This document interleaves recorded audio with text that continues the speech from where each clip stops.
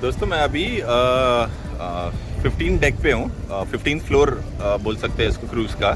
तो ये 15 मंजिली क्रूज़ है।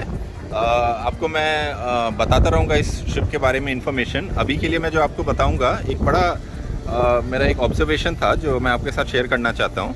मैं एक क्रूज़ लवर हूँ और मैंने दुनिया के अच्छे अच्छे क्रूज़ या फिर बजट में जो अच्छे अच्छे क्रूज़ होते हैं वो सारे या काफ़ी सारे कवर किए हुए हैं। एक मेरा एक्सपीरियंस में डिफरेंस है जो मैं आपसे शेयर करना चाहता हूँ। 2012 में मैं नाइल, ये इजिप्ट कंट्री में जो नाइल का रिवर क्रूज़ होता है, that is one of the better cruises बोला जाता है उसको, वो मैंने किया था। 2013 में थाईलैंड में जो मेन कमर्शियल एरिया है जहाँ पे उनके सारे स्काई स्क्रैपर बिल्डिंग्स है और उनका जो मेन रिवर में जो क्रूज़ चलता है जिसमें बहुत पार्टीज़ होते हैं, अच्छा म्यूज़िक होता है, कैरियोके होता है, अच्छा खाना होता है, उस तरह का क्रूज़ है which was a non stay cruise. मतलब सिर्फ आप जाके पूरा दिन स्पेंड करके फिर आप इवनिंग को बाहर आ जाते हो। वो मैंने 2012-2013 में किया था। अभी 2023 में ये वीडियो बना रहा हूँ, तो 10 साल पुराना मैं एक्सपीरियंस शेयर कर रहा हूँ। उस टाइम पे मैंने क्या एक्सपीरियंस किया था, ये दोनों ही क्रूज़ में इंडियंस अराउंड 10% थे, दोनों ही क्रूज़ में, थाईलैंड क्रूज़ में भी और इसमें भी आपके इजिप्ट क्रूज़ में भी। वहाँ पे मैंने एक फील किया था डिफरेंस।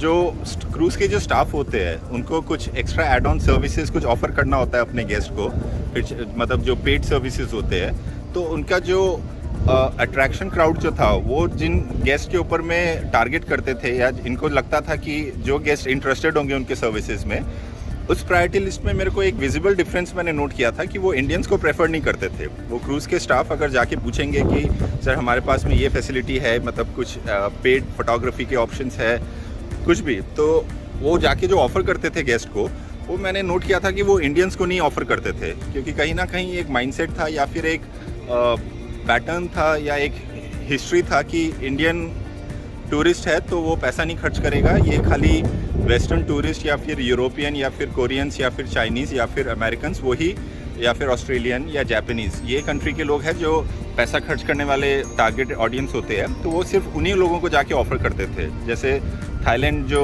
वो था रिवर क्रूज़ में जो मैं था, तो वहाँ पे they come and they ask you for any special drink, उनके पास कोई अच्छा कुछ ऑफ़र है तो आके पूछते थे कि would you like to take this service. तो मैं और मेरे वाइफ, हमारा नया नया शादी हुआ था, तो हम जब स्टेबल पे बैठते थे कोई आके हमसे पूछता नहीं था।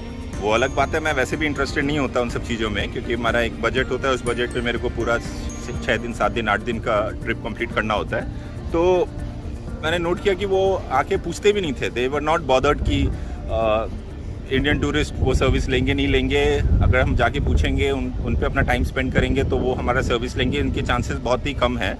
ये एक माइंडसेट था। ये मैं अपने पर्सनल एक्सपीरियंस से आपको बता रहा हूँ। अभी 2023 में I am in this spectrum of the sea cruise, दुनिया के सबसे बड़े क्रूज़ में से एक है, रॉयल कैरिबियन का क्रूज़ है। यहाँ पे मैं वो विजिबल डिफरेंस नोट कर रहा हूँ। ऑलमोस्ट जहाँ भी मैं जा रहा हूँ, चाहे मैं रेस्टोरेंट में हूँ, चाहे मैं किसी कैफ़े में हूँ, चाहे मैं स्पोर्ट्स एरिना में हूँ, चाहे मैं ये पूल वाले एरिया में हूँ, वाटर पार्क वाले एरिया में हूँ, जो यहाँ के स्टाफ है और वो आके अलग अलग टूरिस्ट को या ट्रैवलर को अप्रोच कर रहे हैं किसी एडिशनल एड ऑन सर्विस के लिए, पेड सर्विसेज के लिए, तो वो मैं डिफ्रेंसिएशन, वो भेदभाव नहीं एक्सपेक्ट कर रहा हूँ, नोट कर रहा हूँ। They you know at random they are just coming and asking everybody. तो मेरा एक्सपीरियंस ये है कि या तो इंडियन टूरिस्ट का स्पेंडिंग कैपेबिलिटी, स्पेंडिंग पावर बढ़ गया है, वो एक रीज़न हो सकता है कि एंड बाय द वे ये भी क्रूज़ में ऐसा नहीं है कि इंडियंस का पॉपुलेशन बहुत ज़्यादा है इस वजह से सारे इंडियंस को आके पूछ रहे हैं। वो यहाँ पे भी 10 से 15% ही मैं इंडियंस देख रहा हूँ। आउट ऑफ एवरी 100 गेस्ट मेरे ख्याल से 10 से 15 इंडियन गेस्ट है, बाकी 85 से 90 अदर कंट्रीज़ के इंटरनेशनल गेस्ट है। बट विदाउट एनी डिस्क्रिमिनेशन वो सारे गेस्ट से आके पूछ रहे हैं। मेरे से भी अलग अलग टेबल पे आके पूछा गया है मेरे फैमिली से कि आप ये एक्टिविटी करना चाहोगे, इस वाले रेस्टोरेंट में हमारा ये परफॉर्मेंस हो रहा है, ये कैरियोके हो रहा है, इस तरह का वो है, बच्चों के लिए एक्टिविटी है, आप ये करना चाहोगे, इतने रुपए का है, तो विल रिजर्व अ स्लॉट या फिर will book a seat for you. वो आके पूछ रहे हैं, तो मेरे को जो करना है मैं हाँ बोल रहा हूँ, जो मेरे को नहीं करना मैं मना कर रहा हूँ। बट वो डिफरेंस मेरे को बहुत अच्छा लग रहा है, जो ओवर 10 ईयर्स में मैंने नोट किया है कि आज से 10 साल पहले तक इंडियन टूरिस्ट को एक पोटेंशियल टूरिस्ट या फिर पैसा खर्च करने वाला टूरिस्ट नहीं माना जाता था।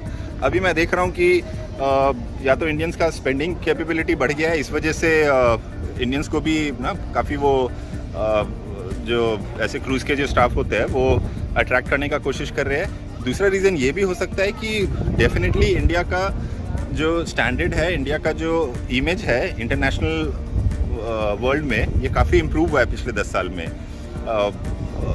मैं ज़रूर बोलूँगा कि कहीं ना कहीं हमारे गवर्नमेंट का हाथ है, मोदी जी का हाथ है, हमारे external affair minister S Jaishankar ji के एफर्ट्स का, मेहनत का हाथ है, वो भी एक रीज़न हो सकता है। इंडियन टूरिस्ट को एक बहुत ना मैं बोलूँगा आज के डेट में पोटेंशियल टूरिस्ट माना जाता है। इंडियंस को देखने का, ट्रीट करने का, एज्यूम करने का कि उनका स्पेंडिंग कैपेसिटी कैसा होगा, ये काफ़ी बेहतर हुआ है, काफ़ी इम्प्रूव हुआ है और ये डिफरेंस मेरे को बहुत अच्छा लगा है। तो ये एक चीज़ है जो मैं आपके साथ में ना अपना एक्सपीरियंस शेयर करना चाहता था इस वाले वीडियो क्लिप में।